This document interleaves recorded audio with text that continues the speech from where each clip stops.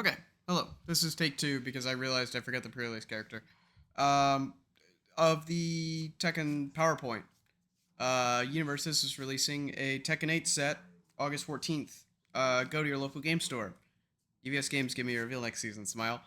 Um, but, and I have gone through and looked through the set, and I've taken a look at all the characters and the ultra rares and other cards that I think are good, interesting, might be interesting in the future, good in the future.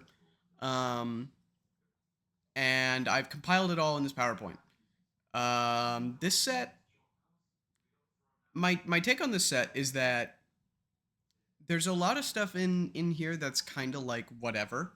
I think in terms of like the number of cards I'm interested in, Godzilla outpaces it by a lot. But in terms of like excitement for the set, I think it's about even because the cards that are interesting are very very interesting. They propose like interesting questions of how to build a deck. In terms of like, there's quite a few characters where it's like I think this is pretty strong, but how do I make it as good as it can be?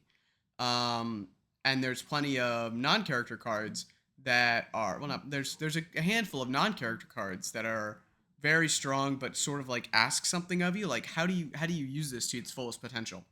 And that's it's very interesting to me. And I wanna go over the set and talk about all this stuff and take everyone along for the ride.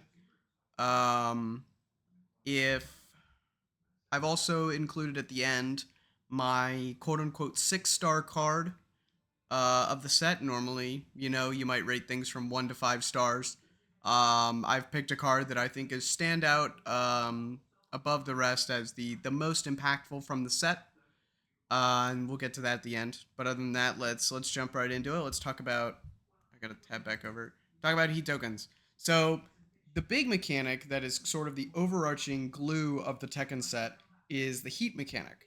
In Tekken 8, heat is a thing you can go into, and it lets you use certain special moves you can't use otherwise. And it lets you when you attack somebody and it's blocked, it still deals chip damage, represented by the unique token with the it sacks at the end of the turn because you can only be in heat for so long. And response: after your attack deals no damage, your rival loses a health. It can't kill them. So when you compare this to Roman cancels from Guilty Gear or power tokens from Godzilla, this is nowhere near as strong as either of those.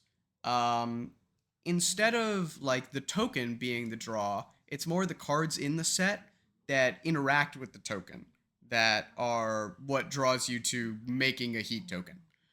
Um, and none of the characters directly interact with it. It's all just like the non-character cards, which are it's interesting. There are some good ones, and there are some ones where it's like, all right, buddy, whatever. But there are some good ones. We'll get to those after we go through. I want to go through all the characters first. First up is Alyssa Boskanovich. 632 all good water. Enhanced commit. If you have fewer cards in your hand, if you're fewer cards in hand than your hand size, so 5 or less cards in your hand, draw a card. Response to nations. If you build one or more cards during the combat phase, ready this character.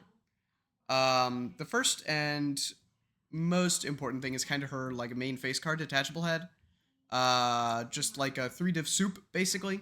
And then it is form commit, pick up a heat token, get a heat token, put it back in your hand. This is, in my opinion, the best heat generator in the set. It guarantees that you draw it once, you'll have heat every turn. It's not unique. The +4 low block is kind of not great, but you're typically going to be putting this in your deck because you have a good number of heat payoffs.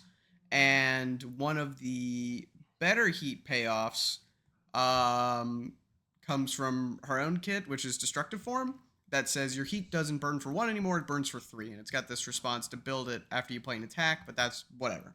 It's just more like, kick flips on the good symbol. But the static that burns them for 3 instead of 1, like, if you sit down against a Rodan, I've had games where my opponent plays 6 attacks in a turn and I take no damage on all of them. If my opponent had a heat token in destructive form, I'd be at 3.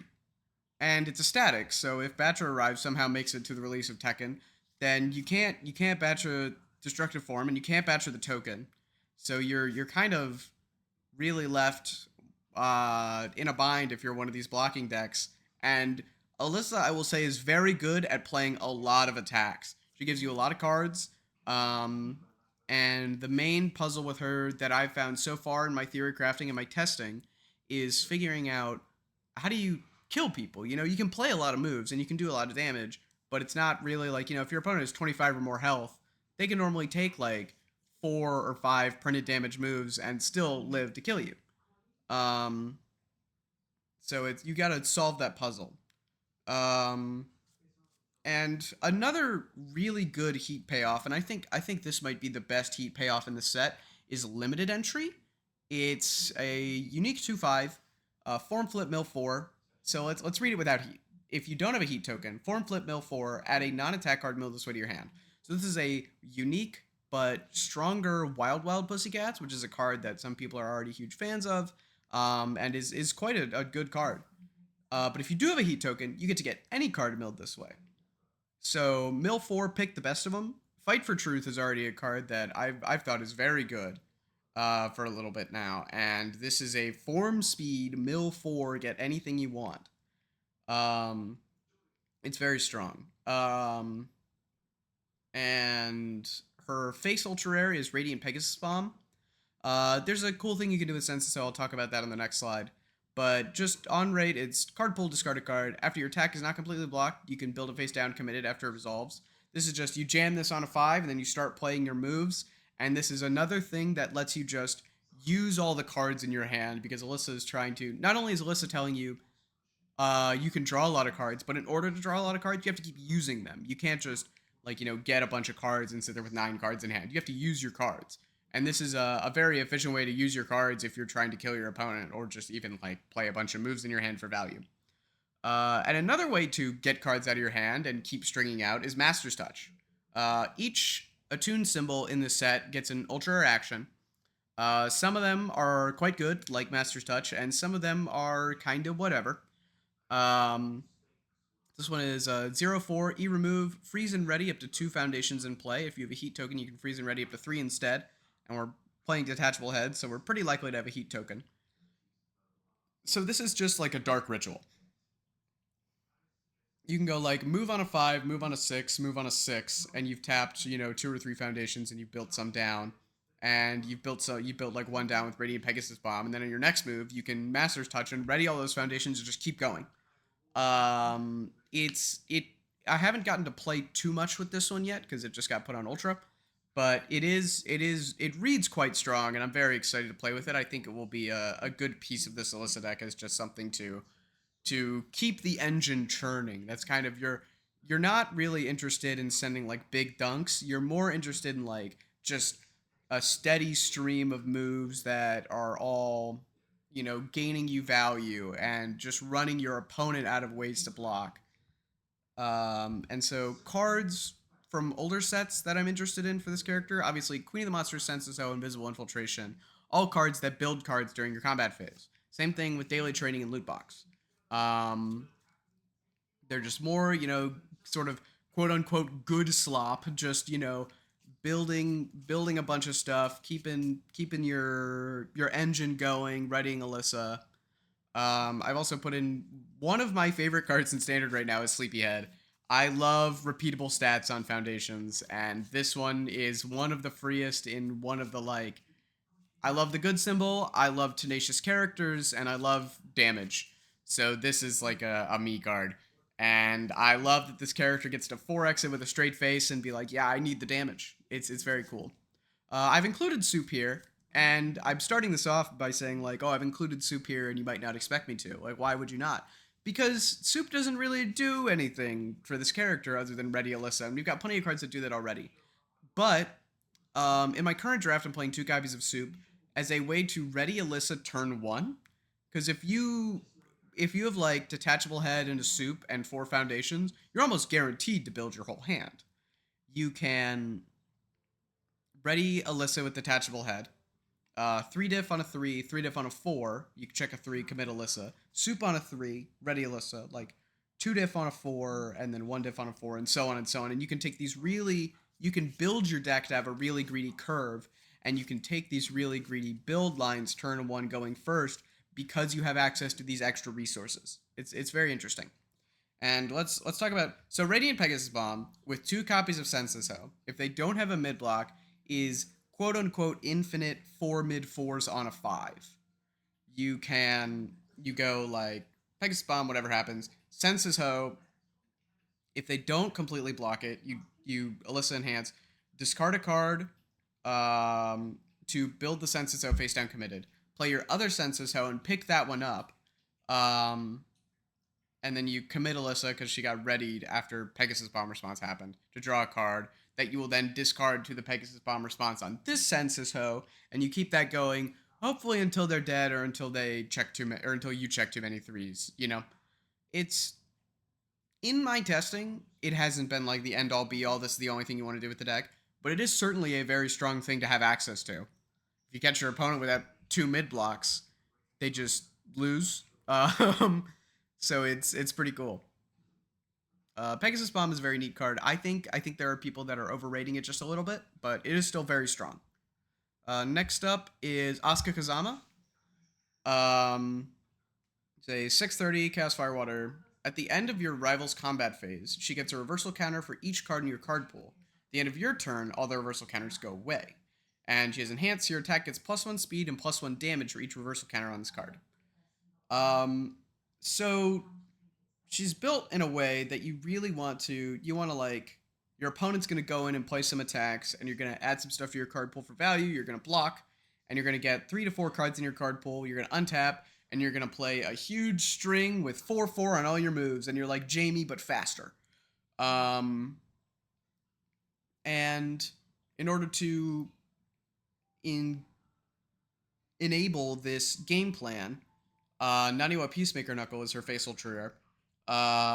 Blitz, it's a 5 to 4 mid 4 echo, which pretty bad stat line.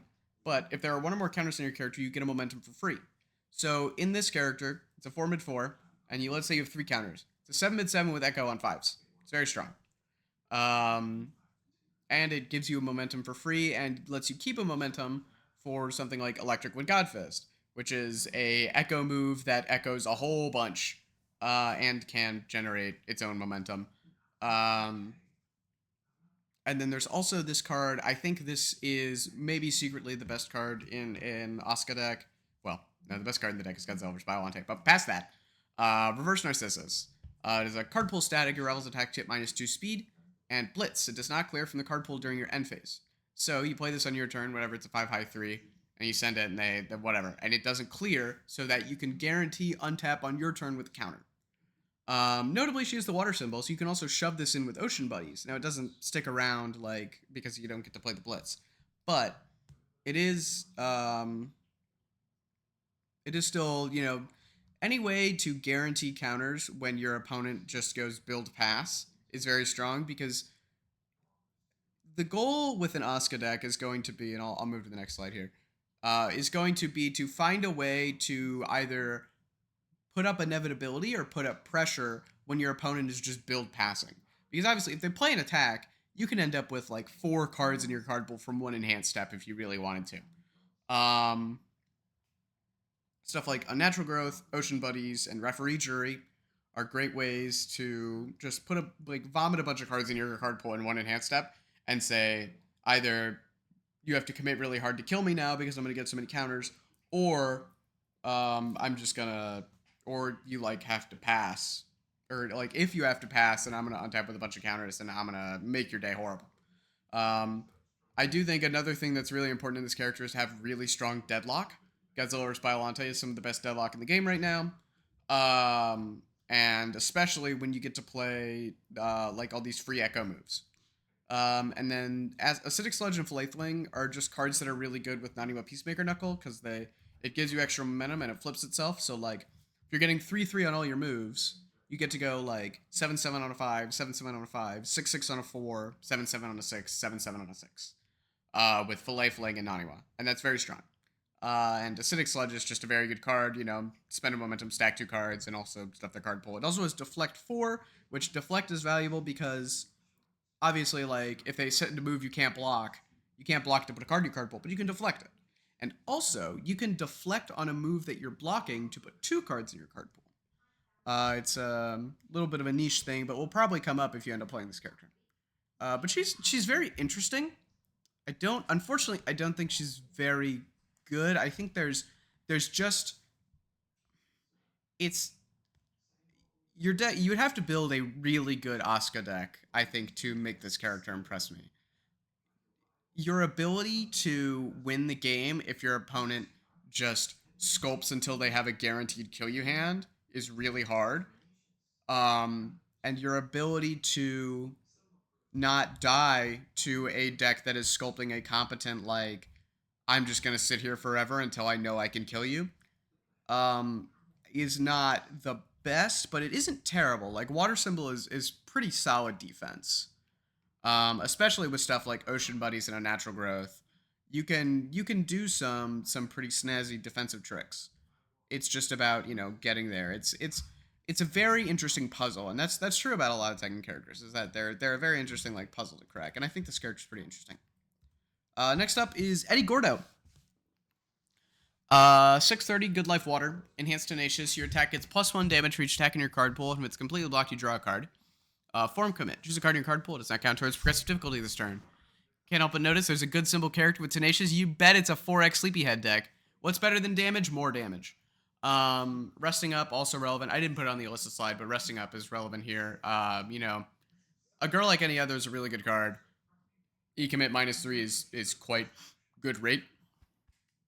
Excuse me. The only other cards I included here, I think All Might's Armored Punch, if you were playing on the good symbol, might be interesting as a 5th Vestige attack for your Overdrive uppercuts, just because you're putting a lot of attacks in your card pool. And I've included Break in here.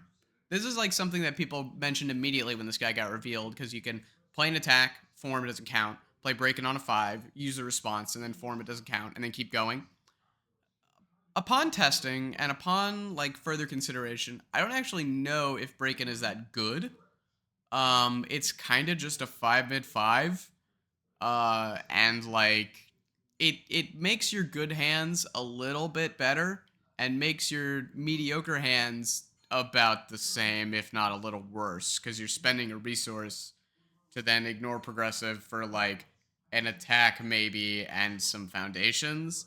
So I think in general we would want an attack that does more, but it's worth mentioning that you can do this thing. I think anytime a character with a commit ability comes out that has the water symbol, you're like, all right, I want to ready my character. And Breakin' is, not. If you look at other ways to ready your character, it's typically very hard to do. So it's just always important to point out. And this is about all I have to say about this guy. He's interesting in that, like, if your opponent is half blocking or not really blocking, he's pretty weak. I think he's going to be an interesting puzzle in that, like, he reads pretty strong. If your opponent is playing good defense, you can really get a big advantage. But if your opponent's willing to take some chip damage, and you can really find yourself selling out a little too hard to be like, man, I just want to draw a card, and suddenly you're playing a move on a 7 and you check a 3 and you're just like, oh geez, I guess my turn's over. So he's a very interesting puzzle to figure out, and I'm gonna say that a lot. But it's true. All these characters are so interesting. I think that's my biggest compliment for Tekken, is that none of the characters are just like straight up boring. Some of them are a little too safe, but all of them are very, very unique and very interesting. And yeah, Eddie Gordo. Next up is Heihachi Mishima. God, I wish this guy was a 6-hander. Oh man. Your non-throw attacks gain powerful 4. That's crazy. First form, get a momentum. Response once per turn. After an attack resolves, any attack, so yours or your opponent's, if its damage was 10 or greater, you get a momentum. So he's a chaos character. He's making momentum. I want to talk about Electric Wind Godfist. This card is, I think in any chaos symbol character that has any way at all to generate momentum, you're probably going to want to play 1 or 2 copies of this card.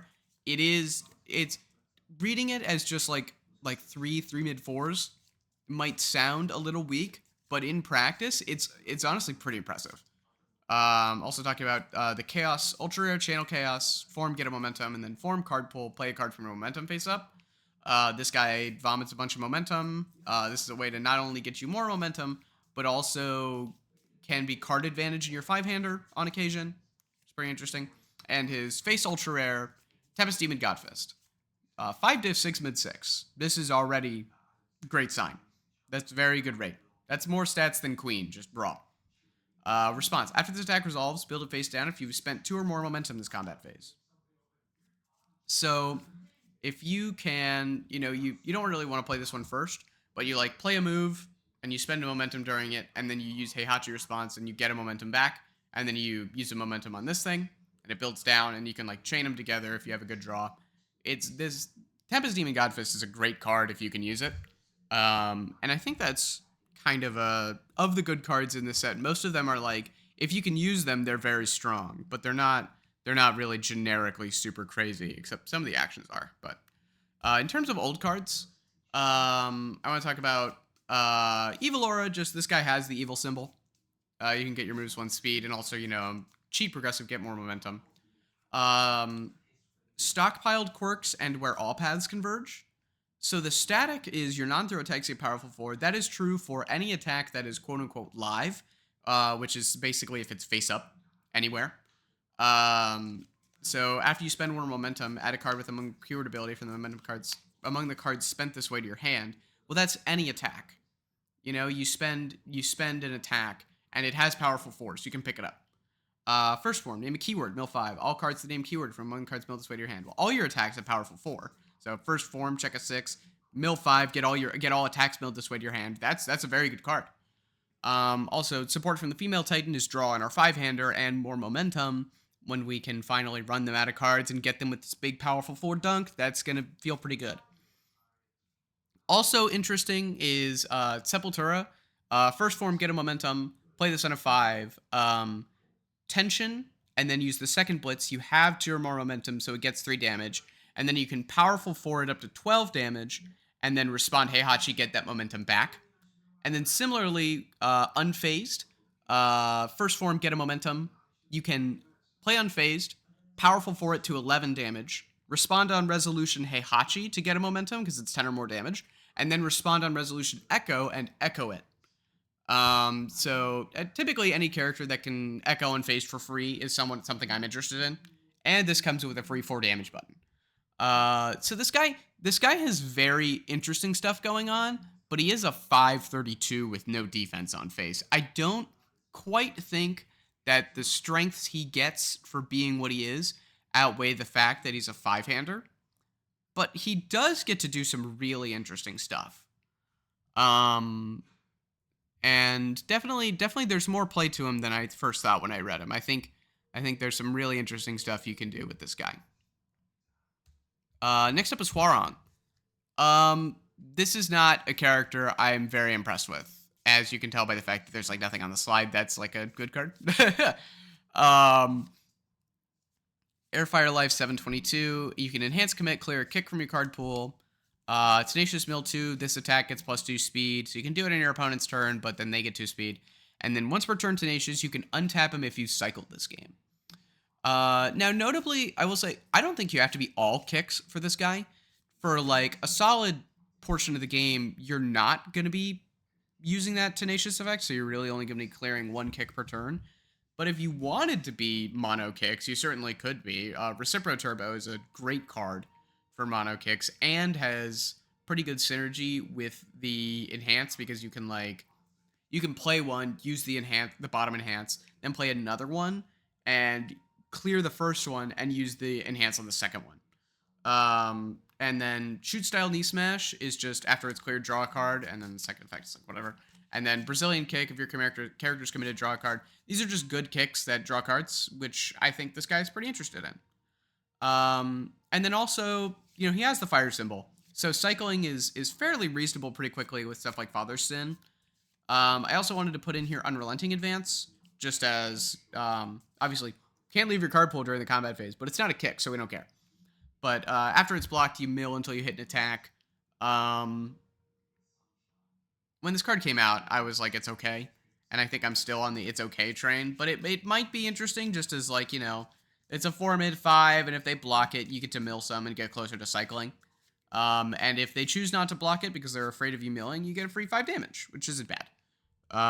But this guy's he's more interesting than I'm currently giving him credit for, I will say. But I think he's just a little safe, which is a little disappointing. But again, I quite like this guy. I think he's interesting. He's interesting enough, rather. Kind of in the Heihachi tier of like, he's cool, but he's just a little safe, and I wish they gave him a little more leeway. I don't know what that would look like on this guy, but I think I want him to be a little stronger. Maybe like +1 damage on the enhance, I think, puts it somewhere that I'm more interested in. Next up is Jack 8, revealed by CWC. Big shout out. 536, big chunky boy, evil order void, based symbols. Static. When committing card spaz check, each of your face down foundations count as 2. Static. Your face downs can't be defrozen or destroyed by rival effects. And then response commit. After an attack is played, each player flips 1. So you just want a bunch of face downs and a bunch of big moves. Notably, this is a 5-hander that gives no stats on face and does not draw any cards. It's a very powerful effect, but you get 5 cards a turn. So you really got to figure out a way to get more than 5 cards a turn and make your attacks really count. Now, before I talk about any cards from the set, the most Jack 8 card is Colossal Confrontation. This is an extremely powerful card that says it's on a 9 and you check a 5, you only commit 2 for it. It's very making this card cheaper. Ruin 3, build 2 from your hand, get +2 foundations because of the static, and then search your deck for any card, which could just be another Colossal Confrontation that you then play and only commit 3 for, and so on. Or, if you're looking to just jam a big frickin' move, Terraforming Cannon, if there are 10 or more face down cards in play, it gets +5/+5, just a big, massive laser beam. Also, Zeus Unlimited, building 2 cards, Signal Shot, building 2 cards, effectively 2 cards in this guy. These are very powerful effects. Signal Shot also you can build down an attack with your Colossal Confrontation or Zeus Unlimited and then pick it up later with Signal Shot.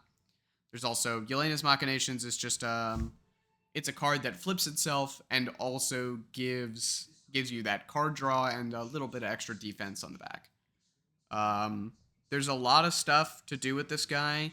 He's a very interesting, like, the text on this guy is very strong. If it was on a 7-hander, it would be, like, one of the craziest characters in the game, but it's on a 5-hander. So you gotta, like, figure out, how do I solve these problems? It's very cool. Next up is Kazuya Mishima.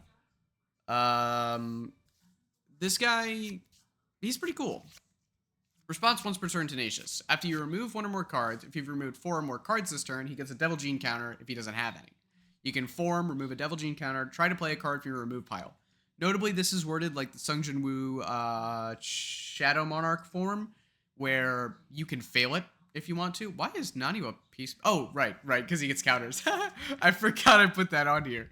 I was like, did I put the wrong card? No, I didn't. And then Enhance, remove a card from your stage. This attack gets +3 damage. Now, his face, quote unquote, ultra rare. It's a secret rare. Some characters just got secret rare instead of ultra rares. His face card in the set is Demonic Catastrophe. 4/4/5, breaker 2 mid block, checks a 2. If this attack was played from anywhere other than your hand, it gets an extra 2 speed and 2 damage. So if you form it in, it's a 6/7, and you can remove for a 6/10. It's very strong. And also has form discard pile. You remove another copy of Demonic Catastrophe from your discard pile to play it for free. No check necessary. Notably, you can do some pretty silly lines where you go like, you can play like a tension move and then go form Demonic Catastrophe, play it for free, and then, or you can use the Kazuya form to play it from your remove pile, and then use Purple Roman Cancel to clear it, and then if you have 2 in your discard pile, you can play some moves and then form it in. This guy getting to cheat stuff back from removed is going to be pretty interesting, and then also, there's this card Forbidden Exorcism, which is very polite and well-spoken adjacent. Since it's a response, you can only play it the turn you remove it, and only as a form. But it's still, you remove it from your stage with Kazuya, and then you can respond and play it again. There's also the thing is that 4 cards is a lot. It's asking a lot of you. I also put not anyone here because he gets counters.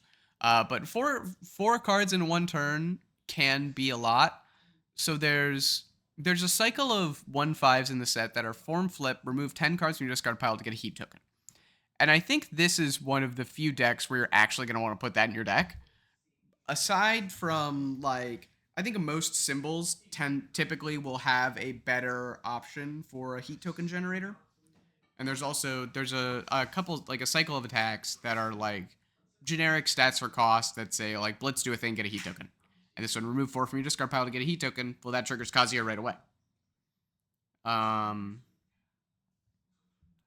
then I wanted to talk about, these are some cards that can pay you off for removing stuff, having stuff removed. King Ghidorah Unleashed, obviously.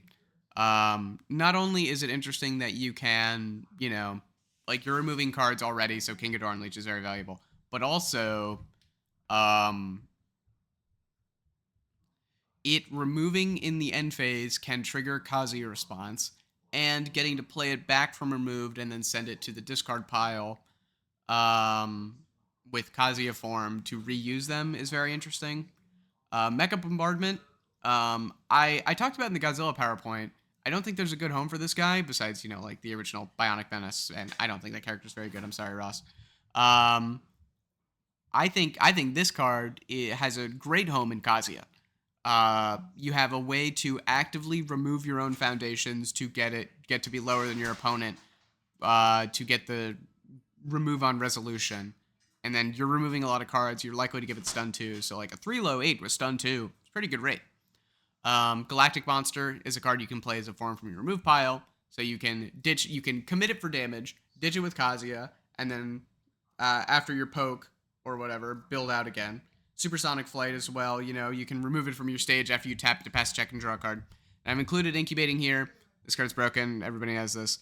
I think Incubating is going to be, because it's important to note that the response is not just your turn. If you remove 4 cards on their turn, you can get a counter, and then you can use that counter, then use the response again on your turn, and then use the counter again.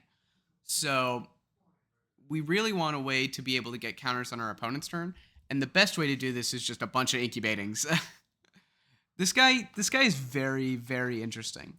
I really am. I don't know necessarily how strong he is off the bat, but I do really want to mess with him. He's got a lot of cool toys. Next up is King. Now, King is a 5/30 Earth Good Life, is a static. Each throw attack you try to play ignores progressive difficulty if the last card in your card pool is a throw with a different name. And then response after you play a throw attack, gain 2 health. If you're at max health, it gets 2 speed. This is extremely flavorful. This guy will just put you in the throw cutscene and just jam a bunch of throws on 5s forever. And it's very cool, but he's only a 5-hander. Now, you might notice that I've included no throws on this slide. I don't think I need to. I think you're smart enough to go to UVS Ultra and click Earth Good Life and Throw and hit search. I don't think I need to tell you what the good throws are right now. What I do want to say is that I've included 3 cards here. This is a throw character that doesn't give damage. If we're going to want to win games, we're going to give damage. And also, we're going to want to interact with our opponent's throw height. Destructive Heat Ray gives damage to either this Destructive Heat Ray or whatever throw you want to put it on, and can interact with their throw height. It can also, you play this, and then you commit your Godzilla vs. Biollante to draw a card, and you ready it with Destructive Heat Ray. We learned this in Titan Terror format. This is a crazy play to make, and it's very strong. Titan Stone Knuckles is a way to, you're playing on no progressive, so being able to if I'm jamming on 5s, or 4s and 5s, I can use the extra foundations I don't really need to pass checks as much to commit for damage and stun. And also, Acid Hate is great. This card is just very strong. I've also put the Dark Tournament Looms. These throws are going to go to your momentum. So being able to pick up one of your throws again that you are basically guaranteed to be able to play because it's on no progressive, and then draw a new card is very cool. What I'll say about Destructive Heat Ray, you play it and you're like, oh, but the last card isn't a throw. You just play a throw, and then Destructive Heat Ray is now ignored because the last card in your card pool is a throw. But this guy is quite interesting. One thing to note about King is that I will be playing against Justin Burridge in a streamed money match in 2 weeks on. Pull up my calendar real quick. I'm not. I'm so good at this. I'm so good at this. On August 4th, Tuesday at 8 p.m. Central, 9 p.m. Eastern. I'm gonna be playing a show match. I'm playing King, and he's playing Turtles characters because he thinks King is really bad, and I think King is like all right. I think he's solid. So go check that out when that happens. Next up is Lars Alexanderson. I will let you know when I read this guy the first time, I was like, wow, this is All Might But Worse. I have tested with this guy. This is not All Might But Worse. This is a very flashy, kick flippy, 6-hand size aggro deck. Fire Good Order 632.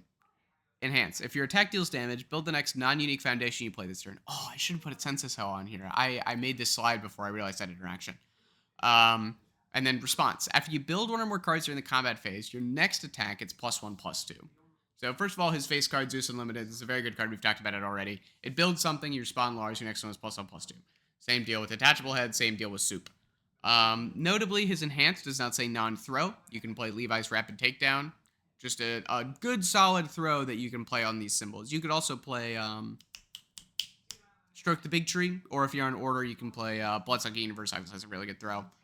But I think Levi's Rapid Takedown is very good. It's a stun move. And then the most interesting thing that this guy can do is make a massive Shin Hashogeki. Loading, you can genuinely, the way you can build this deck, you can load up like 4 Lars responses plus a Levi's Rapid Takedown damage bonus and just go like, here's a 20 damage Shin Hashogeki, tap 5. It's super cool. I definitely vastly underestimated how powerful stacking the bonuses would be.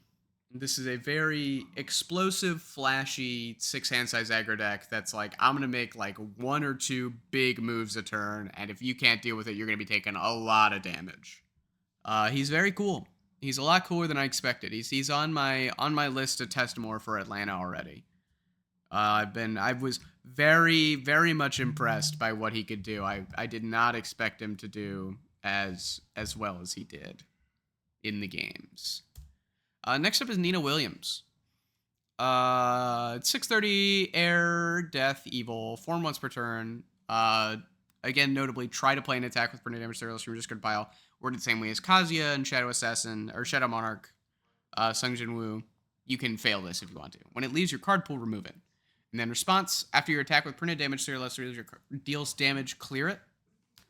In terms of cards from Tekken, dual handguns is just damage buff for all of your cards. It's unique, but it's a +2 mid with breaker 1, so drawing extras is not the end of the world.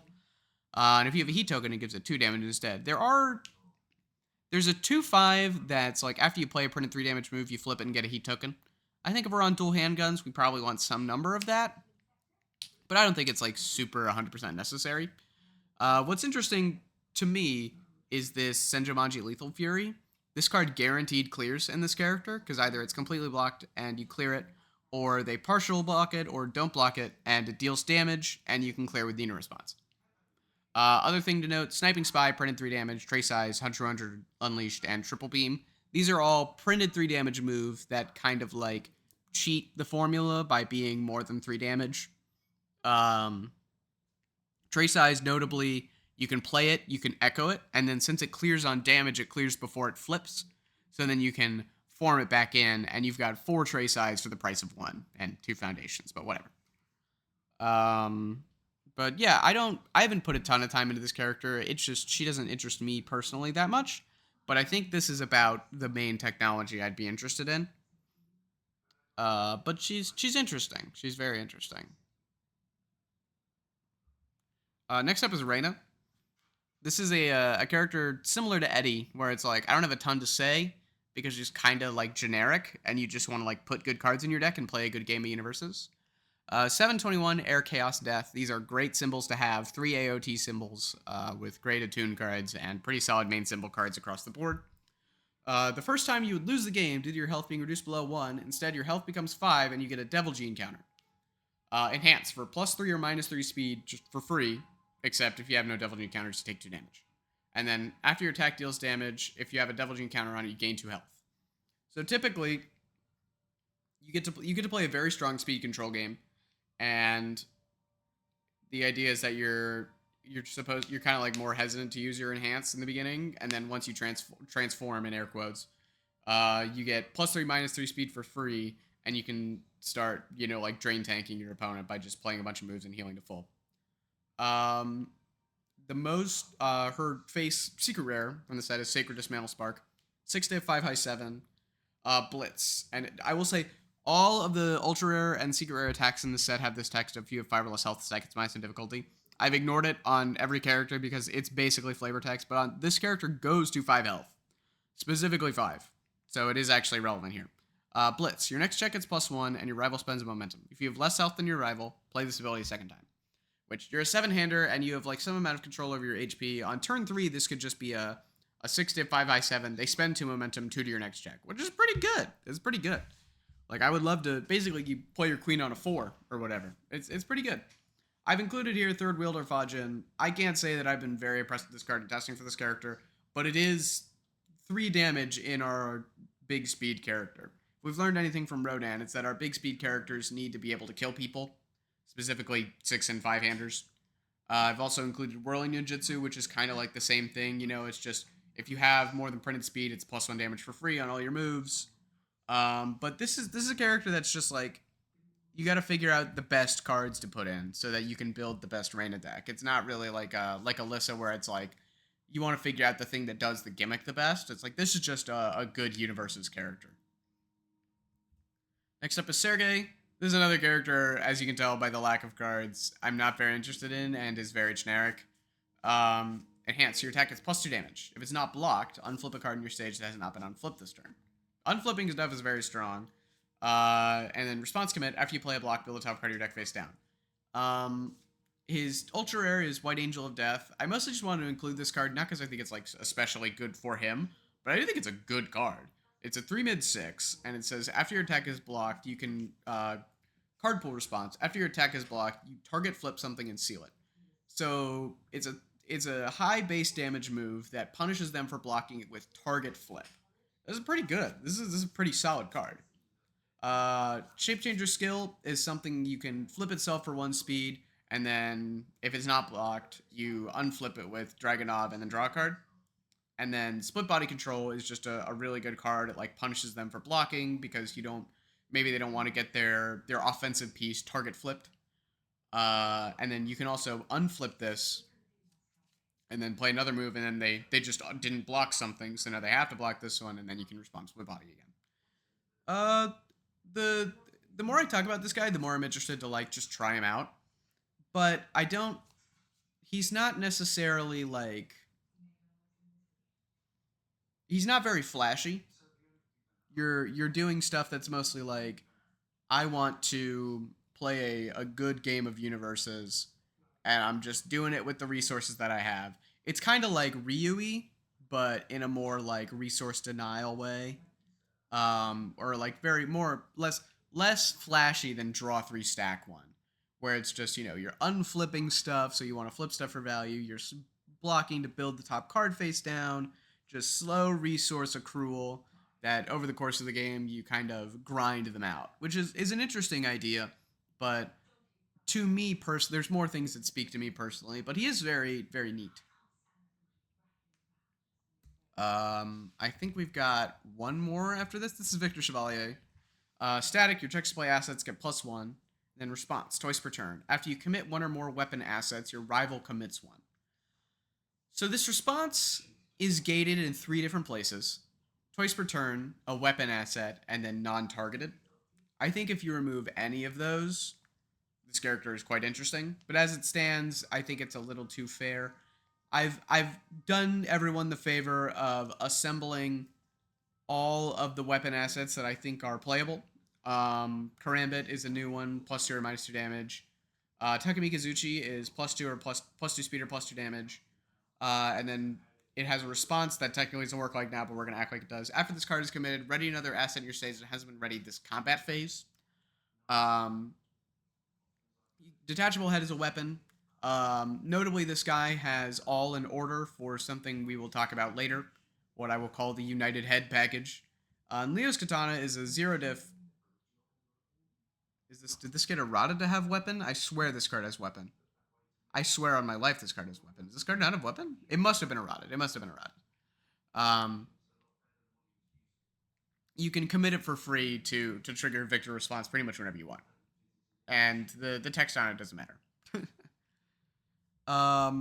Checks to play assets get +1 can be interesting, but I think right now we're a little light on big assets that we want to play. It's like Life in Order gets you Spaceship, and Spaceship on a 5 is not bad, but I don't think that's enough of a reason to play this guy, you know? I think he really wants. I think it's mostly just the response is a little too restrained to make me super interested in this guy. But getting access to order, and you can do some real resource denial stuff with him. I just don't think it's quite strong enough. But it is interesting. Okay, no, we've got two more. Yoshimitsu, All Good Void, 633. First form, you discard a card. Search your deck for any asset with difficulty equal to or less than the discarded card's difficulty, reveal it and add it to your hand. And then response once per turn. After you play an ability on an asset, this character gains that ability this turn. His face ultra rare is Trilokia Pilgrimage, 4 mid 4, breaker 2, 2 high block.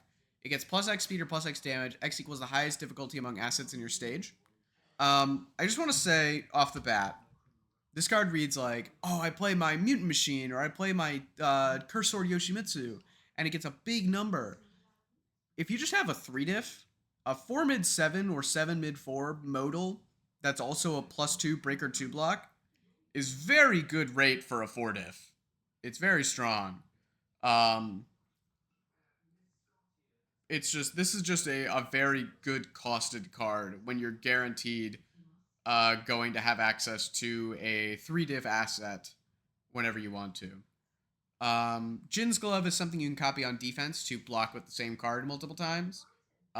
Jin's Glove is a very strong card, especially when you have the good symbol. You can block with Protector of Life multiple times and just kind of look at your opponent and go like, you better be playing some fast moves or else nothing is happening this turn. You just give me a bunch of power tokens.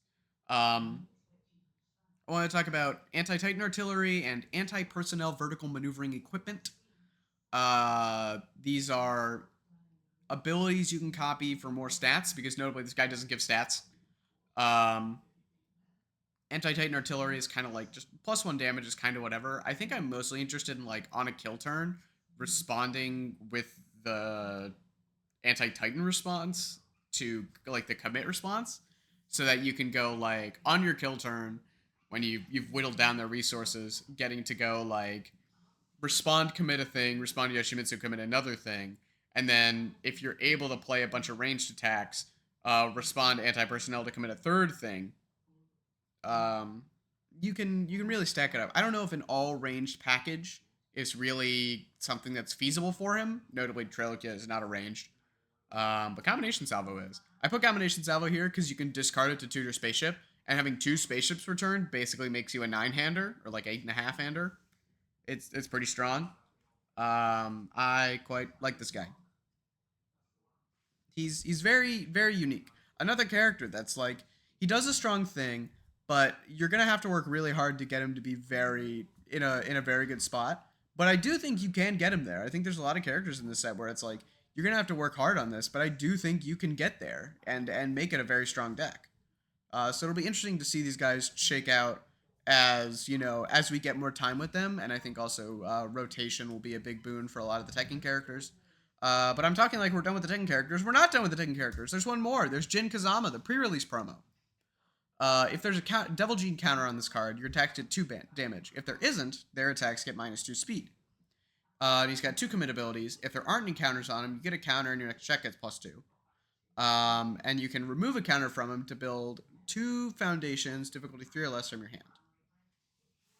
Now, Chaos Good Life.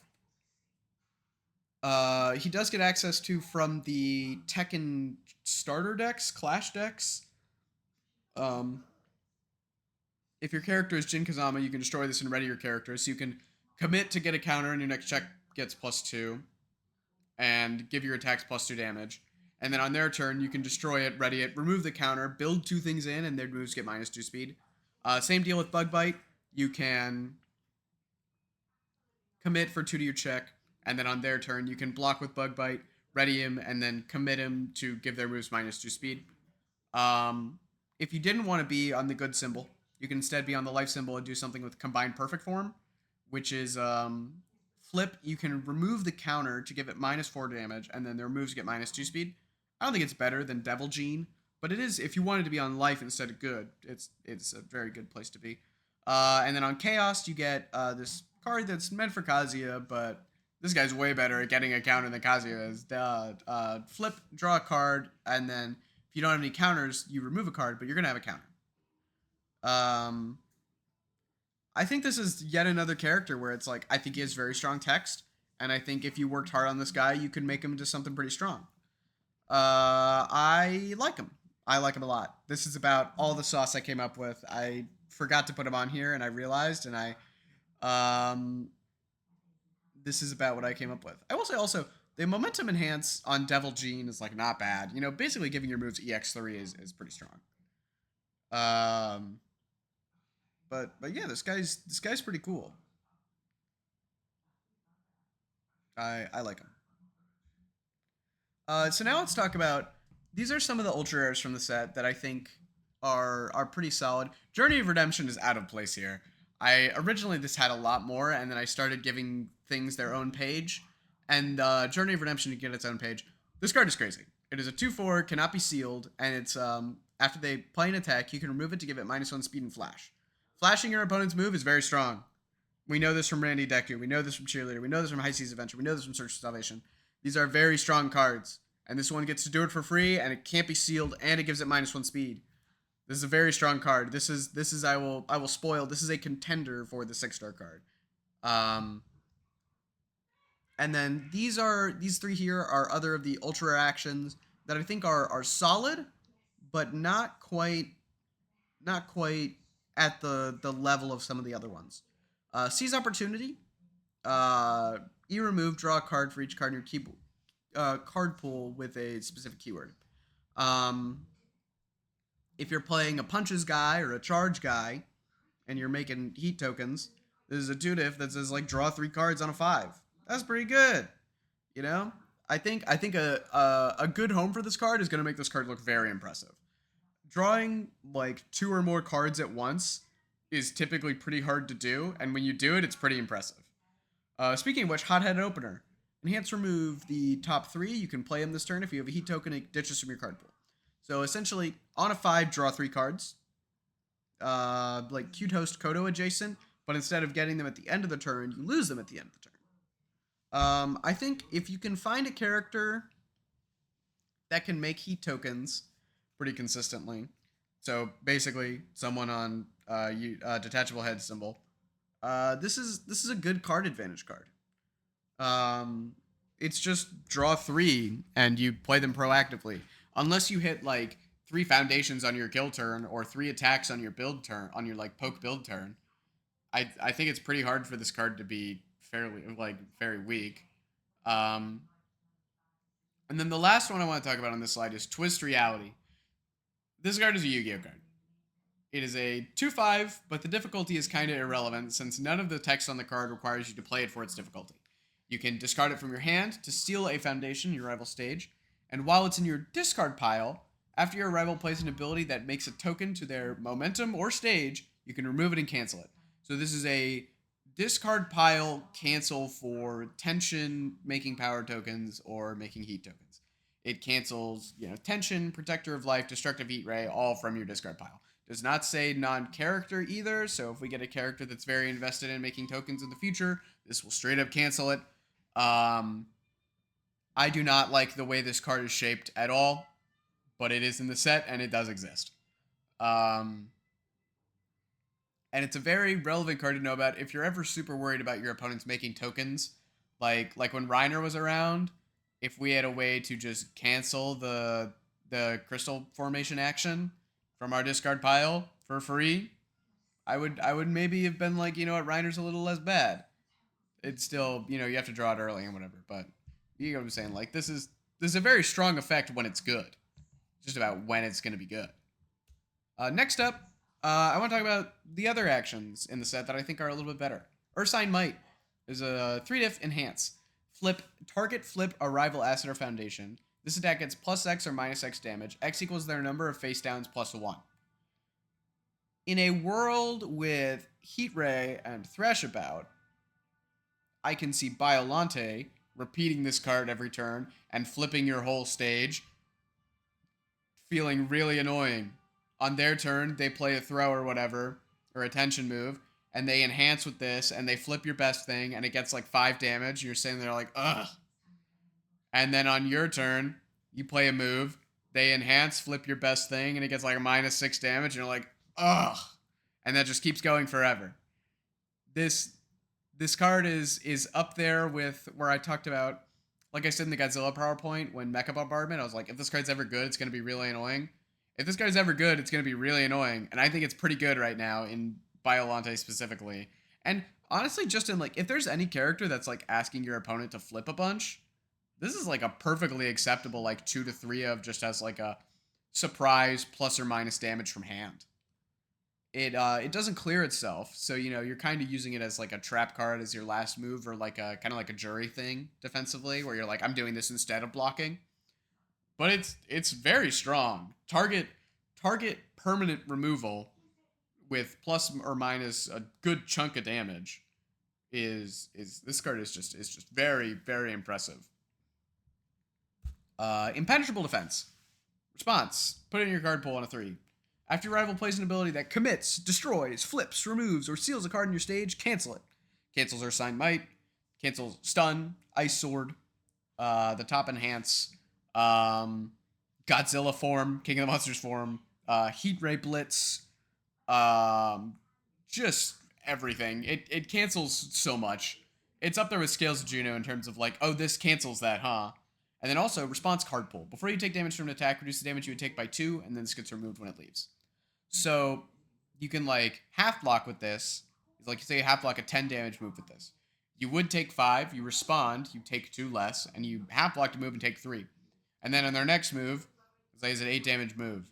You half block, you take 2 instead of 4. This card is just very good. It was a great choice for the Top Cut promos for Dallas. It's a very good card. I think if you're playing the good symbol, you're probably more than likely going to want some number between your main and side because the response to cancel stuff is very strong.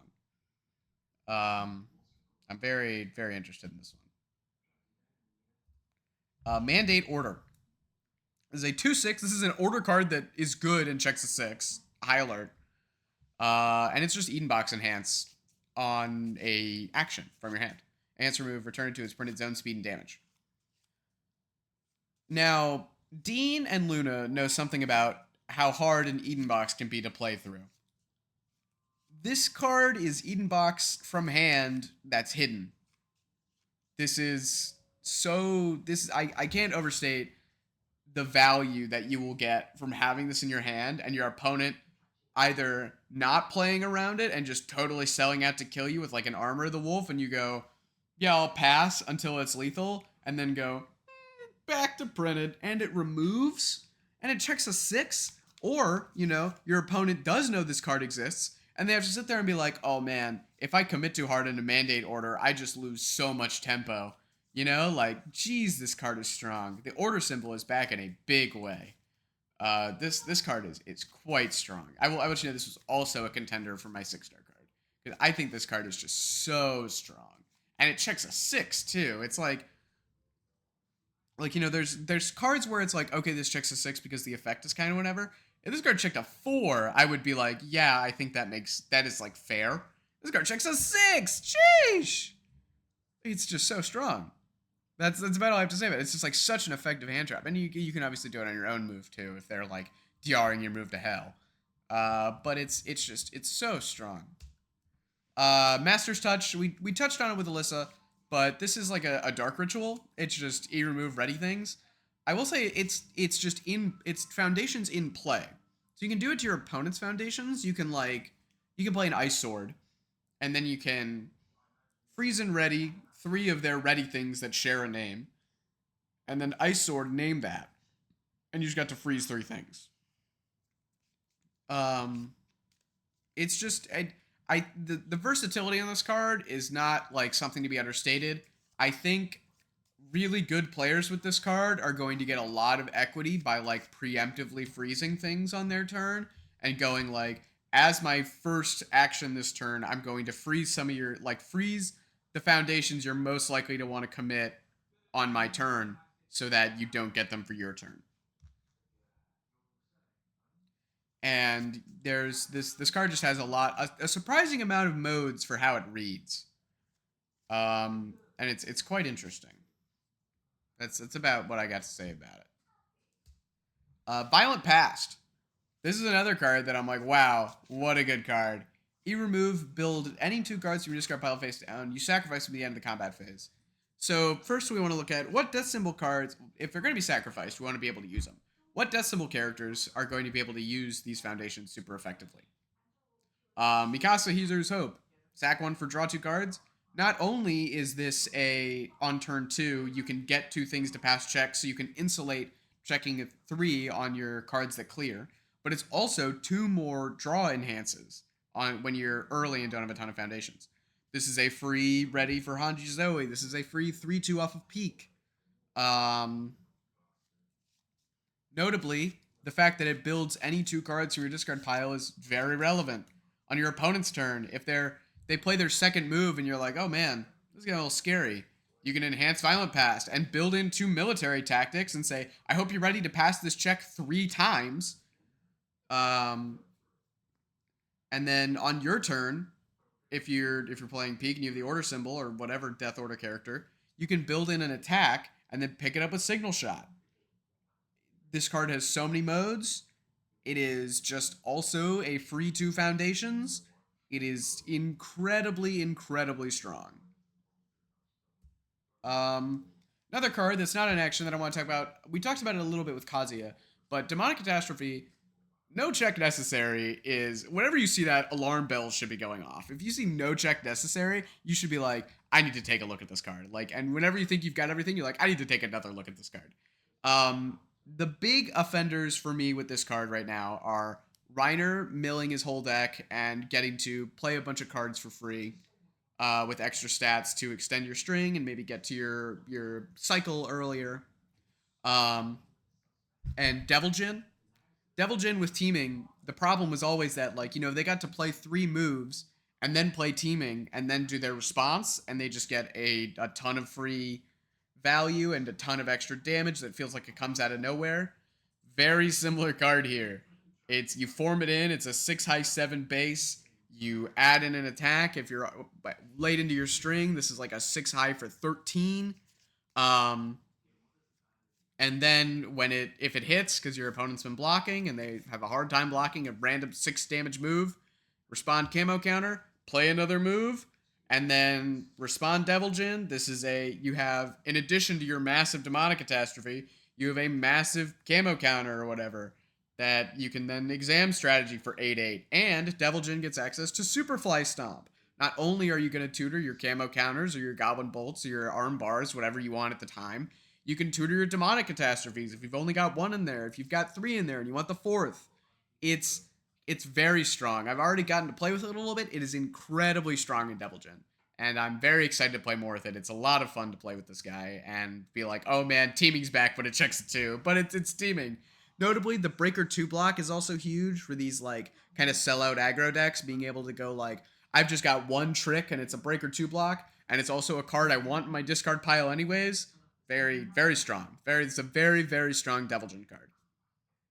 And I think if there's any character that can like tutor something of their discard pile on these symbols or is milling a lot on these symbols, you probably want to give this guy a look.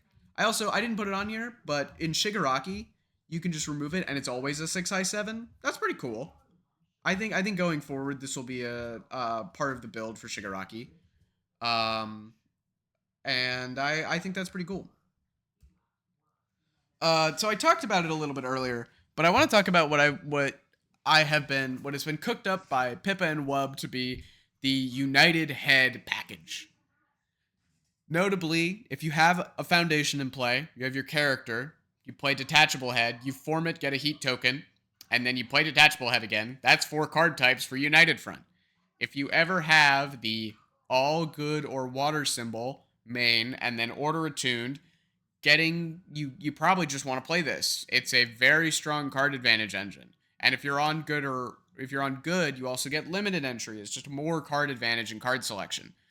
I think going forward, like good Mitchell Chimino, obviously Lars gets to do this. We talked about it with Victor getting to do this. Just any character that has access to these symbols, I think you're going to want to be doing this. It's an incredibly efficient card advantage engine that gives you plenty of card selection, access to pretty interesting and strong cards with the heat tokens.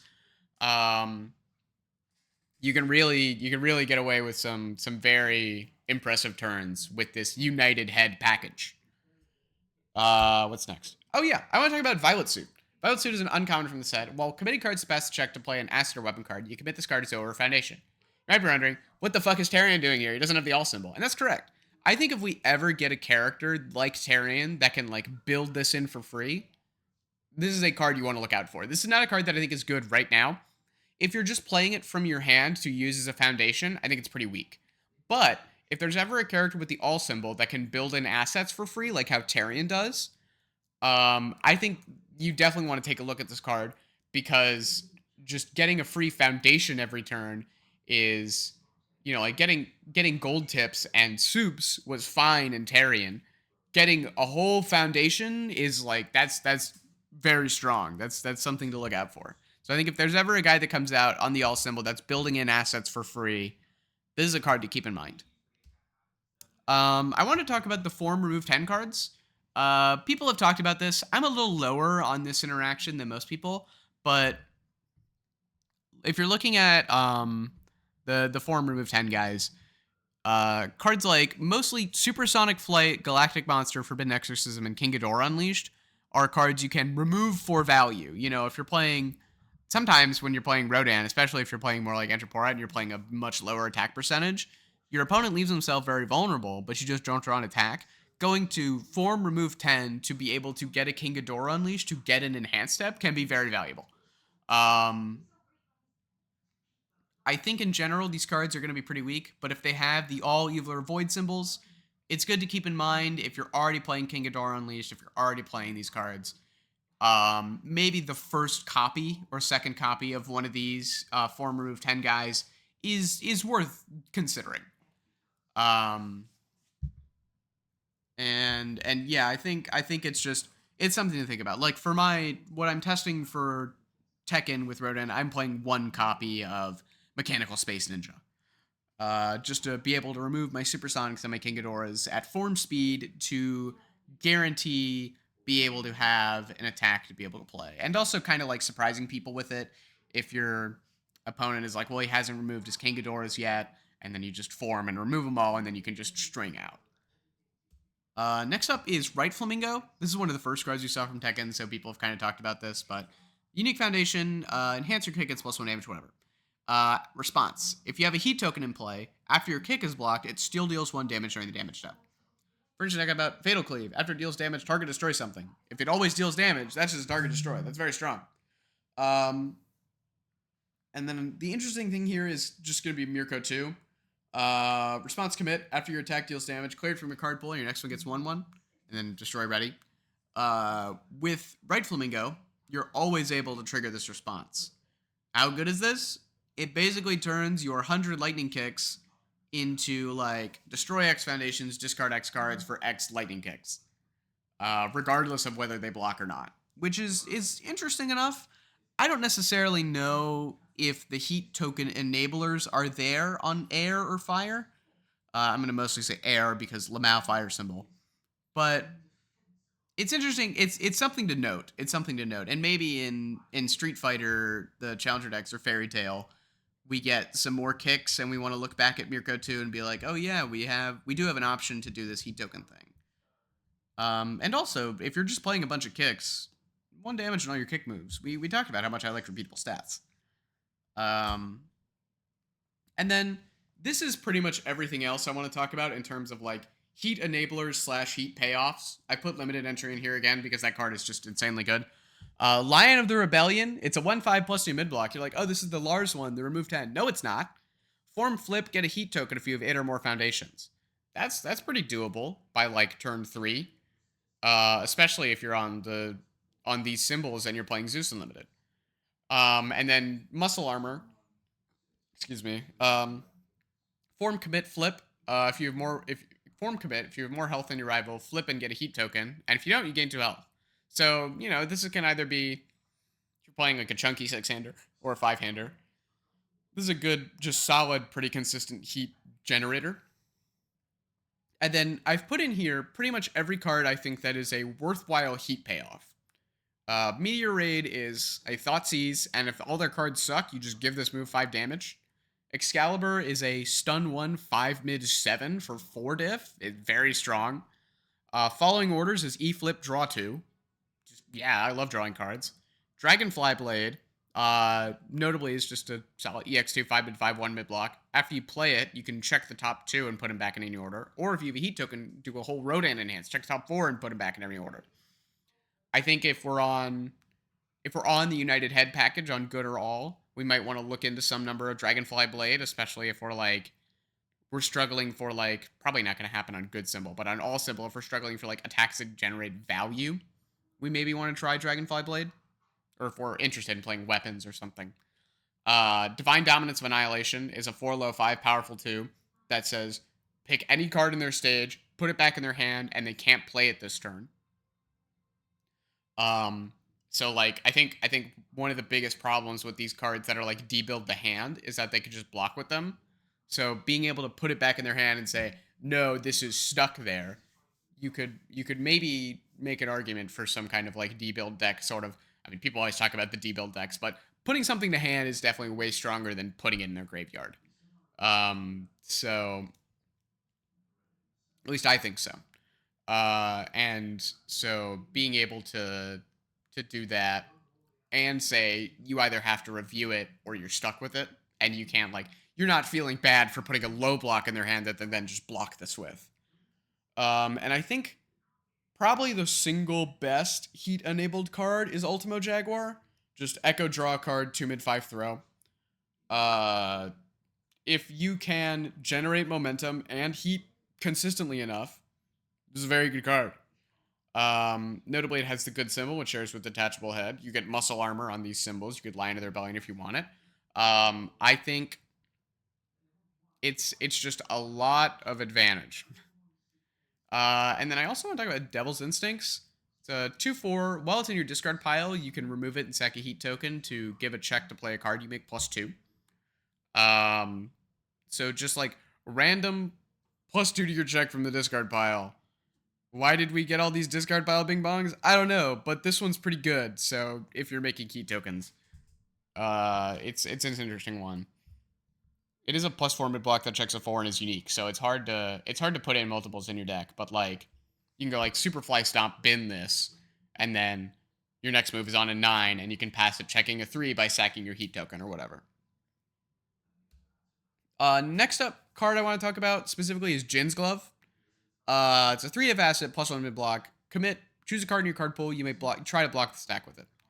So the big ones are I think Dimension Sphere and Protector of Life are the big ones, because blocking from your card pool does not make it leave the card pool. So you can block with the same Dimensional Sphere a bunch and remove a lot of their attacks. People have talked about a Mill Yoshimitsu deck that does this. I think that deck is kind of fine. And then Protector of Life obviously is an Omni block that gives you a power token and it's breaker 1. And you're then blocking on less progressive because you're using the same card.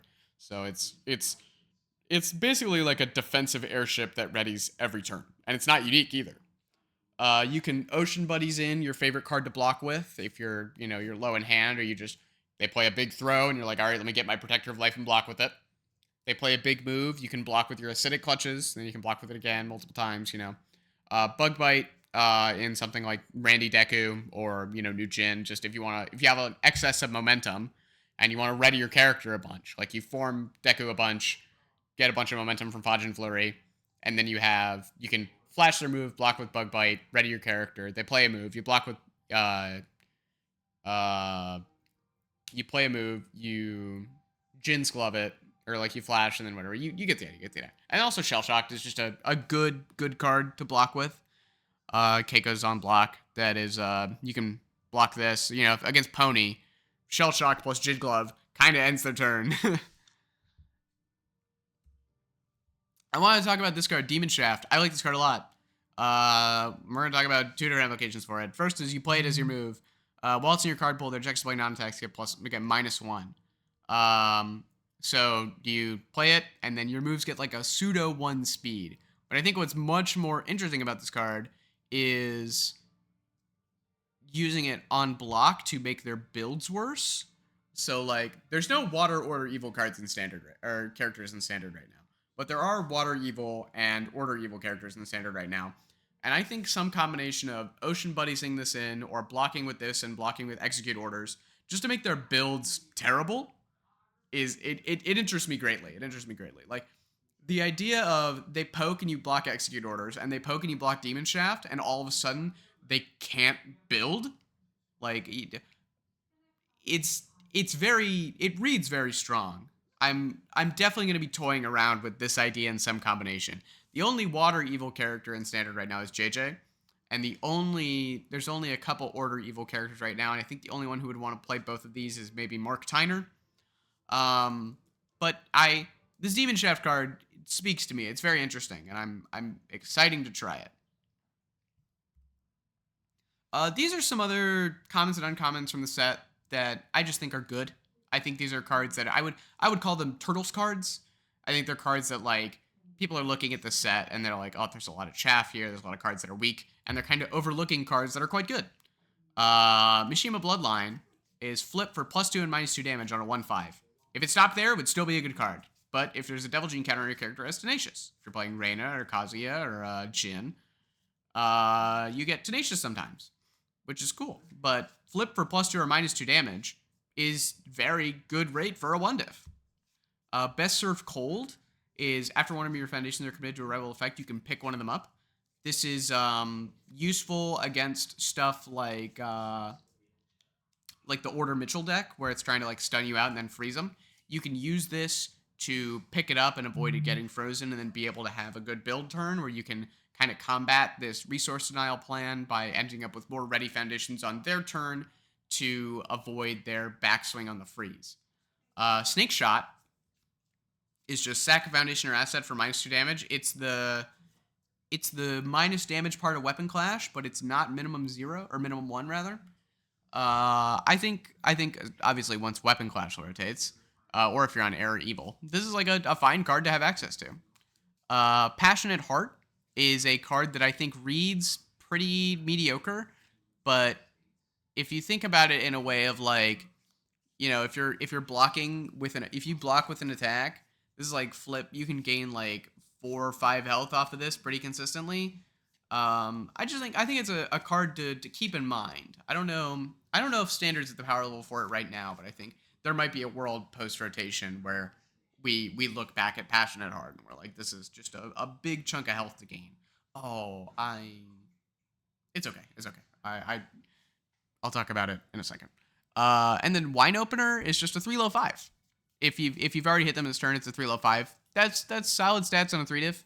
I don't know who wants this. But if there's a character that likes to spam a lot of 3-diffs and has a death symbol, this is just a solid stats for cost 3-diff. The card I forgot to talk about is the Life Attuned Ultra Rare. It's a 5-diff, 5-check. That's like form, build in a backup from your discard pile, and then gain X health, where X is the number of backups. I want to talk about that with Zeke 1. Just any way to generate backups before you form with Zeke is relevant. That's kind of all I wanted to say about it. What's next? Oh, right. Okay. I want to talk about... These are cards that when I'm looking at decks for Tekken, these are cards from previous sets that I haven't looked at maybe in a little bit, or I was previously lower on that I'm suddenly higher on. Countermeasure, Heroic Conviction, and Hard Rock Witch are all things that, like, I think there's going to be a lot of characters in this set that are kind of playing a game plan where it's like, if your opponent is doing just a little too much interacting with you, or like you're only really playing one move that you can like make into a big dunk for big stats. So if your opponent has a way to interact with it, it can get pretty scary. And these are cards that say, after you try to interact with me, don't do that. And I think they're pretty solid to look at right now. Power of Love, specifically mostly for the good symbol.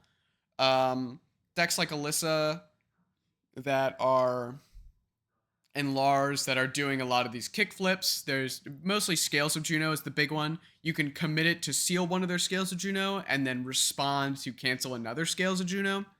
Just kind of a card that lets you play through stuff. Giving into Rage is just a really good card. I definitely underestimated it when the My Hero decks came out, and after playing with it, I've been very impressed by it. And I think if you wrote it off, maybe like I did, you should definitely give it a shot. I think it will impress you. And then I've included here the best action cancels in Standard, and they might be the only action cancels in Standard. I'm not 100%, but there's not a lot of them right now. Koenma's is just a free 3-diff cancel in action. Resolute End, Death Attune, cancel in action. And Tattered Costume, cancel in action, draw card. There's a lot of good actions in Tekken, so having a way to cancel them makes a lot of sense. That's kind of all there is to say. Next up, I think these are my runners-up for the 6-star card. Zeus Unlimited, it might just read like a 4-diff 5 high 5, but after playing with the card, I've been very impressed with it. You can leave a 5 on top and know that your string is going to keep going well, or you can leave a 3 on top and draw it if you're looking for gas. Mandate Order, just a hand trap that absolutely smokes these big, huge stat decks. Is super valuable, and Journey of Redemption being one of the best defensive cards we've gotten in a good minute, of just, -1 speed and flash is, flashing their queen, flashing their heat ray, flashing their armor of the wolf, stuff like this, where they need to get to the enhanced step for the stack to be valuable, and it just completely deletes that and gives it an extra -1 speed, so you're not even really losing anything that turn off of removing your foundation. But the 6-star card I ended up going with is Violent Past. I think this card is, while it is a little narrow in the decks that it's super good in, I think this is going to absolutely break some decks. I think Mikasa Heezer's Hope in particular, and I think Pete can use this pretty well, but I think it's mostly Mikasa. This card is going to take that deck to the next level. I would absolutely make sure to have Mikasa Heezer's Hope on your radar for Atlanta. This card is extremely strong. And I think, yeah, that's all I got. Oh, it did end up being about as long as the Godzilla one. If there's anything you think I missed or anything you think I overrated, please let me know in the comments or on the Discords, at JetJaguar. I promise I will try to read the comments, but I can't say that I will because I'm bad at it. Thank you for watching.